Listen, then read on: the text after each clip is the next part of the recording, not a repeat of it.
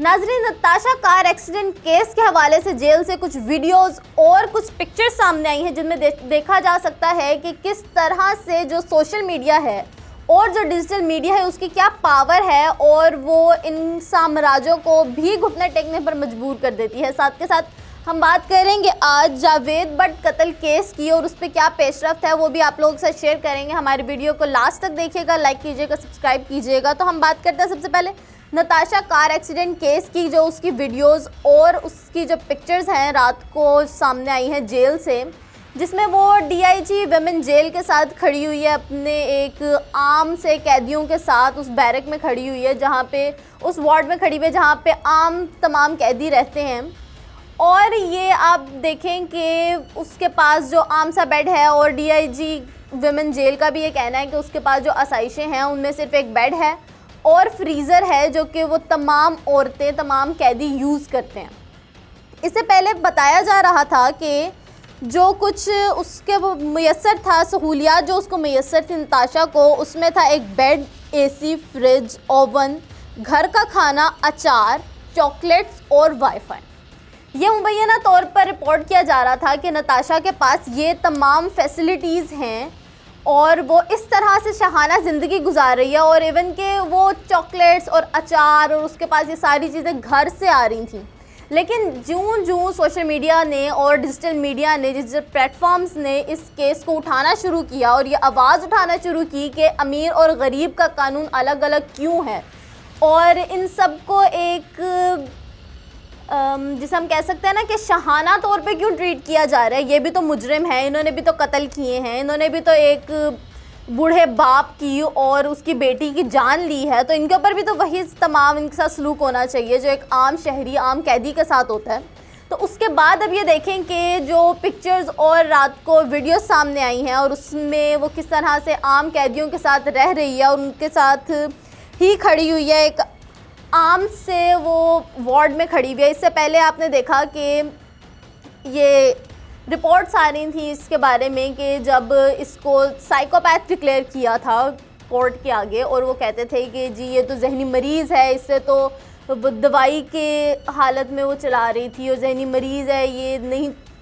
इसके ऊपर कोई चार्जेस नहीं बनेंगे और ये तो मुजरिम करार नहीं दी जाएगी। तब इसको रखा जा रहा था एक साइकोपैथ वार्ड में, ठीक है। वहाँ पे इसको इजाज़त थी कि वो हर जगह घूमे फिरे और इसके ऊपर कोई भी एलिगेशंस नहीं थे और ये एक शहाना ज़िंदगी गुजार रही थी। लेकिन उसके बाद आपने देखा कि जूँ सोशल मीडिया पे और लोगों ने इसके बारे में आवाज़ उठाना शुरू की,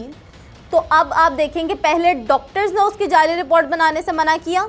और उसकी जब रिपोर्ट सामने आई तो उसमें नशावर अद्वियात भी सामने आई और ये भी दिखाया गया, बता दिया गया कि साफ़ हो गया कि वो कोई दिमागी मरीज़ा नहीं है, वो सिर्फ नशे की हालत में ड्राइविंग कर रही थी। और अब आप ये देखें कि उसको किस तरह से जो वीडियो सामने आई है वो देखा जा सकता है कि वो एक आम से जेल में रह रही है। तो ये वो पावर है सोशल मीडिया प्लेटफॉर्म्स की, ये वो एक आवाज़ है आपकी, हमारी, जो कि हम इस मुल्क में अगर हम अवेयरनेस स्टार्ट करें और जुल्म और ज़बरदस्ती जारियत के ख़िलाफ़ आवाज़ उठाना शुरू करें तो हम लोग किस तरह से इन साम्राज्यों को भी घुटने टेकने पर मजबूर कर सकते हैं। और जो ये हमारा सारा जस्टिस का निज़ाम है, इसके अगर ख़िलाफ़ हम लोग डट के खड़े हो जाएं, आप भी, हम भी और हम सब जितने भी लोग हैं इस मुल्क में, इस शहर में, इस दुनिया में, हम सब इसको एक अमन की जगह और इसको एक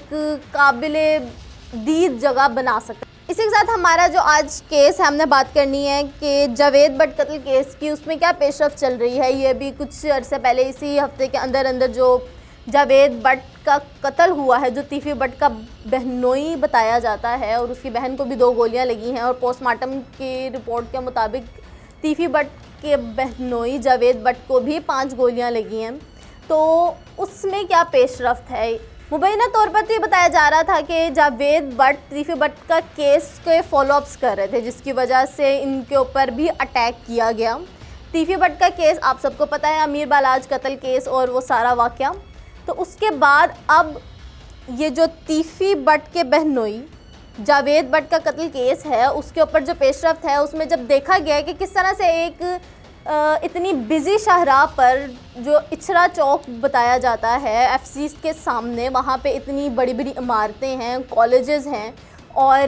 पुलिस का ये कहना था कि वहाँ की जितने भी हम सीसीटीवी कैमरास वगैरह चेक करेंगे तो हमें पता चल जाएगा कि इसके मुलजिम कौन है, किसने फायरिंग की है और किस तरह से इनका कत्ल हुआ है। लेकिन जब वहाँ पे पीएससीए के कैमरास देखे गए तो वो कैमरा ही नॉन फंक्शनल हैं, वो कैमरास ही काम नहीं कर रहे और उनमें कोई फुटेज रिकॉर्ड नहीं हुई। इसकी कार्रवाई कर रहे हैं ओसीयू लाहौर पुलिस का जो ऑर्गेनाइज्ड एक यूनिट है फॉर द क्राइम्स, वो इसके ऊपर सारी इसकी पेशरफ्त कर रहा है। और उन्होंने जब जाके देखा कि इर्द गिर्द इतनी बिजी रोड है, वहाँ पे ऑब्वियसली कैमरास लगे होंगे और वो कैमरास वर्क भी कर रहे होंगे, वहाँ पे लेबॉर्ट्रीज हैं उस रोड के ऊपर, एफसी कॉलेज है पास में ही। तो जब देखा गया, और पुलिस का ये कहना था कि हम लोग कैमरास के थ्रूज देखेंगे और वो लोग स्पॉट हो जाएंगे और हम उनको जाके पकड़ लेंगे। ये तो एक बहुत आसानी सा केस है कि मुजरिम पकड़े जा सकते हैं। लेकिन वो कैमरास जो हैं वो अब सामने आया कि वो नॉन फंक्शनल हैं। इसी के साथ उसका जो इल्ज़ाम ठहराया जा रहा था वो अमीर बालाज के भाई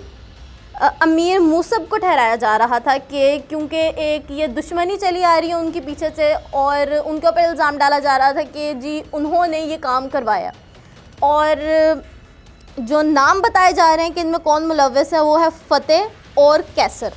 इनका मुबैना तौर पर नाम बताया जा रहा है कि इन्होंने उसके ऊपर फायरिंग किया और इन्होंने उसका कत्ल किया है। और जब ये प्रोसिक्यूशन हुई कोर्ट के अंदर, उन्होंने कहा कि भाई अमीर मूसब को पकड़ो, उसने करवाया ये सब कुछ, क्योंकि इसका फॉलोअप कर रहे हैं जावेद भट्ट के बेटे। और उन्होंने जब इसकी प्रोसिक्यूशन करवाई और उन्होंने कहा है कि भाई अमीर मूसब को जाके पकड़ो, उसने ये करवाई है, सारी कार्रवाई वगैरह करवाई है। तो फिर अमीर मूसब के ख़ानदान की तरफ से पेश किए गए हैं वो पेपर्स, जिनमें ये साफ देखा जा सकता है और वो एक शवाहिद के तौर पर पेश किए गए कि 28 अगस्त को तो वो मुल्क से बाहर चले गए थे अमीर मूसब। ठीक है, तो अब ये देखें कि अमीर मूसब के ख़िलाफ़ भी जो एफआईआर है वो वीक हो चुकी है,